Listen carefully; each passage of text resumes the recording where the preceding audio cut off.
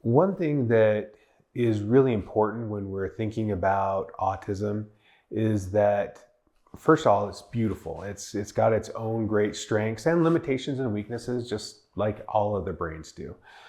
But as they're trying to exist in this world, issues come up related to tracking, predicting, and generalizing information. And so something that's really important for us is to find ways to teach them in a way that they can understand and better predict this world, and also generalize that information to different situations, places, and times. And that actually helps them to manage their emotions, their resources, and to feel more fulfilled in the day when they can better predict what's going to happen and what's going on. So we've got some teaching approaches that are really important to us. One of them is called concept-driven learning. And this is something that I developed from across the research. There's a lot of different words and names for the same type of an approach, but as I kind of formulated it together, and particularly for this population, I decided to kind of name it its own thing, and it's called concept-driven learning. There's three key elements to concept-driven learning. First is conceptualization, second is personalization, and the third is generalization. And let me kind of break that down for you a little bit. What is the bigger concept? Why is it that people do what they do? And if you don't provide that bigger contextual concept, then it can be really hard for some of these kids to know how they anchor in and how it fits into them. I know for myself, I hated math, and the way our teachers taught us math, they just put problems in front of us and just told us to solve these problems. I was bored out of my mind, and I couldn't see the bigger concept of why it was important. So I actually thought I wasn't that good at math. Well, lo and behold, as I got older and went to college, I became fascinated in doing research. To do good research, you have to take statistics. Well, suddenly I had a good understanding what is the bigger concept of how math can be applied, how it's important, and how it could help me. So suddenly the concept became really clear, and that personalization of how it's going to help me in my life became really important, and I became really good at math. They actually made me the stats lab instructor because I was doing so well. So that learning that happened for me was really important. And as I looked into the research, a lot of times when we kind of perfunctorily teach our youth things, we're missing that really important understanding. What's the bigger concept and why is it important for us? And this is so true in autism. Autism can get caught up in single channel learning and difficulty with generalizing. Single channel learning is when you talk to them, it's sometimes only recorded in the verbal part of their brain. That's why sometimes you teach them something verbally and they can parrot it back to you, but they can't always perform it out in real life. Sometimes they don't generalize inside their brain just as much as they don't generalize outside of their brain. And so with concept-driven learning, we teach them what is the bigger concept of why we're doing this and how is it going to help them and support them. So let's break down some examples of that. So one thing I find that's really important to help our kids with is, emotional intensity. So some of our kids will use really strong language and really strong words to describe their experience because they find it so hard to get people to understand them that they use these really big, extreme words. So stubbing their toe will come out as the worst experience ever. Well, that emotional intensity doesn't match what the event was. And it can make this kind of boy who cried wolf experience where people start ignoring them no matter how intense of a word they use. And this is also true of behavioral intensity. So when we try to help them to understand, we want your language to match the experience so people will appreciate and trust you more. That's really important concept for them to understand. Why is it important for people to use the right language and behaviors to match, the experience of what's happening?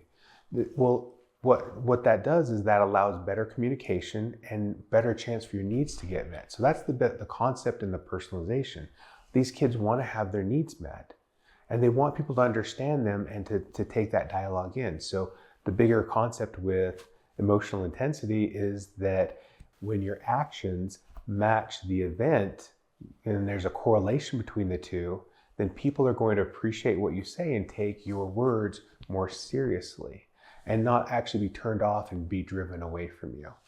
And so then we start giving them examples to help them to generalize that. So we'll talk about several different experiences they've had, one with stubbing their toe, one with finding out some really bad information. And then we ask them to start, well, let's find the right words that match these different situations. Getting told really bad information might be a more intense one. Stubbing your toe may be less. So let's find the right language and words that match these different situations that you've actually gone through. And then we'll also do that with behavioral intensity. So we'll have a scale of 1 to 10, 10 being the zombie apocalypse, and 1 being, just an average day. And then we kind of have them use that number scale to match intensity to the situation. Stubbing your toe, is that a 7 or is that a 2? And if it's a 2, what does a 2 look like? How would you behave when you stub your toe? Is it okay to maybe, yell out a word and to kind of grab your foot? That's kind of normal for a lot of people when they stub their toe. Is having, an extreme meltdown and screaming and yelling appropriate for stubbing your toe? Well, no, it's not. Okay. So let's kind of use that rating scale of 1 through 10 so we can kind of find where we match the intensity of our behaviors to the actual situation. And that's the idea of concept-driven learning. What's the bigger concept? How does it help me? And how can we generalize it to different situations, times, and places? Another very simple one that I like using that people can grasp right away is greetings. Why do we greet people? Well, the reason we greet people is it helps to build safety and trust. And whether that's somebody new that you don't know, or whether that's increasing your sense of safety and trust with your friends. The more that we work on greetings, the better we get at greeting and understanding, a stranger, the better we get at developing stronger relationships of safety and trust with our friends. So greetings are really important. When we do greetings, it helps us to know how much trust and safety we can have in any given situation. Helps us to read our friends. If our friends are having a really bad day, when we do that initial greeting, a lot of times you can pick up on what's going on with your friend. If they're having a really tough day, you can normally read and pick up on that. But here's a real big sticking point. Let's talk about generalization. I was once working with a young man and he saw a female that he thought was very attractive and he wanted to get to know her because he had romantic interests. Well, he'd only been taught one way to greet, and that was to stick his hand out to shake their hand and to say his full name very clearly. And that might be a good way when you're doing a job interview, but that's not necessarily the way you'd greet a friend or greet someone that you're romantically interested in. So how do we greet a police officer? How do we greet a teacher? How do we greet a friend? How do we greet a romantic interest? These are all different types of greetings in different situations. And if we don't talk about that and make those different situations clear from a concept-driven learning approach, then these young people don't know how to generalize to new situations, places, and times. And so this idea of concept-driven learning is so important. Help them understand the bigger concept, how it helps them and supports them, that personalization, and then how to generalize to different situations and times. And as we do that, we help these kids to better predict their future and predict their environment.